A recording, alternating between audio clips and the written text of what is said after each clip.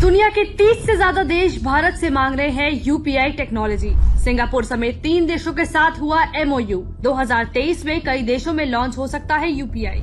UPI के जरिए India का दुनिया में परचम, वीजा मास्टर कार्ड का निकला दम। आमतौर पर जब भी तकनीक के क्षेत्र में आविष्कार की बात होती है तो नाम अमेरिका, चीन, जापान या यूरोपीय देशों का होता है, लेकिन रियल टाइम पेमेंट सेटलमेंट के सेक्टर में भारत ने दुनिया को एक ऐसा प्रोडक्ट दिया है जिसने बड़े बड़े प्लेयर्स को फेल कर दिया है।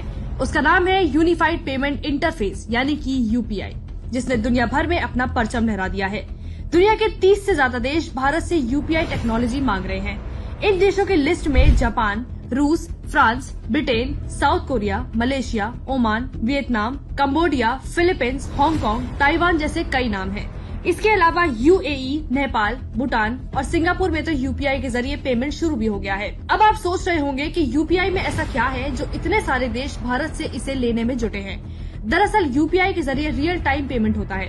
इसके लिए किसी को भी फीस नहीं देनी होती। इसके अलावा वीजा, मास्टर कार्ड और अमेरिकन एक्सप्रेस जैसी कंपनियां लेन देन के लिए 1 से 3% तक का एमडीआर अपने पास रख लेती थी। एमडीआर यानी कि मर्चेंट डिस्काउंट रेट। इसी में से कुछ हिस्सा बैंक को देने के बाद इनकी कमाई होती थी, जो यूपीआई के आने के बाद खत्म हो गई है। यूपीआई के जरिए जब आप पेमेंट करते हैं तो रिसीवर के बैंक अकाउंट में तुरंत पूरा पैसा पहुंच जाता है। यूपीआई फ्री होने के कारण बैंक को नुकसान हो रहा था, जिसके लिए सरकार ने बैंकों को 1300 करोड़ रुपए दिए। अब आप सोच रहे होंगे कि यूपीआई को फ्री रखने के लिए सरकार ने इतनी बड़ी रकम बैंक को क्यों दी। दरअसल हर साल नोट की प्रिंटिंग, रखरखाव और अकाउंटिंग में सरकार 2.3 लाख करोड़ रुपए खर्च करती है, लेकिन यूपीआई के कारण बैंक नोट्स की जरूरत कम पड़ने लगी है। इसलिए यूपीआई को प्रमोट करने से सरकार के साथ जनता को भी फायदा हो रहा है। अगर दुनिया के बाकी देश भी मेड इन इंडिया यूपीआई को अपनाते हैं तो वहाँ की सरकार और जनता को भी फायदा होगा।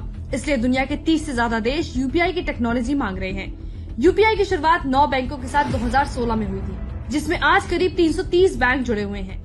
यूपीआई के जरिए रियल टाइम पेमेंट में भारत आज दुनिया में अव्वल है। इतने बड़े सेक्टर में भारत की बादशाहत से अमेरिका इन दिनों बौखलाया हुआ है, क्योंकि वहाँ की 3 बड़ी कंपनियों का मार्केट लगातार गिर रहा है। वीजा, मास्टर कार्ड और अमेरिकन एक्सप्रेस दुनिया भर में फैले हुए हैं। यूपीआई से पहले इनके डेबिट और क्रेडिट कार्ड के सामने कोई कंपटीशन नहीं था, लेकिन अब इनकी मुश्किलें बढ़ गई हैं, क्योंकि यूपीआई सिर्फ एक फ्री ऑप्शन ही नहीं बल्कि सुपीरियर ऑप्शन भी है। क्योंकि कार्ड पेमेंट के साथ ये परेशानी है कि लेन देन मशीन के जरिए करनी पड़ती है, जबकि यूपीआई में कोई तामझाम नहीं चाहिए। बस क्यूआर कोड के जरिए आप अपने सब्जी वाले से लेकर अपने रिश्तेदारों तक को पैसे भेज सकते हैं। यूपीआई के कारण बड़े और छोटे बैंक दोनों ही सेम लेवल पर आ गए हैं और अब सभी के पास आगे बढ़ने के बराबर अवसर हैं। इंटरनेशनल ट्रेड के लिए सभी देश स्विफ्ट नेटवर्क का इस्तेमाल करते हैं, जिसका सारा लेन देन अमेरिका समेत G10 देशों से होकर गुजरता है। अमेरिका समेत चुनिंदा देश इसी के दम पर किसी भी देश को बाहर करने की धमकी देता है। यूक्रेन युद्ध के बाद अमेरिका ने रूस को स्विफ्ट से बैन कर दिया था। इससे पहले 2012 में अमेरिका ने ईरान को स्विफ्ट से बाहर किया था। इन दोनों मौकों पर दुनिया के कई देशों को अमेरिका के कारण बहुत नुकसान हुआ था। अब दुनिया के कई देश समझ गए हैं कि अमेरिका पर कभी भी भरोसा नहीं किया जा सकता। इसलिए इंटरनेशनल मार्केट में ये बातें भी चल रही हैं कि यूपीआई को स्विफ्ट नेटवर्क के ऑल्टरनेटिव के तौर पर डेवलप किया जाए और अमेरिका की बादशाहत को खत्म किया जाए। सोचिए, मेड इन इंडिया यूपीआई दुनिया भर में क्या क्रांति लाने का दमखम रखता है।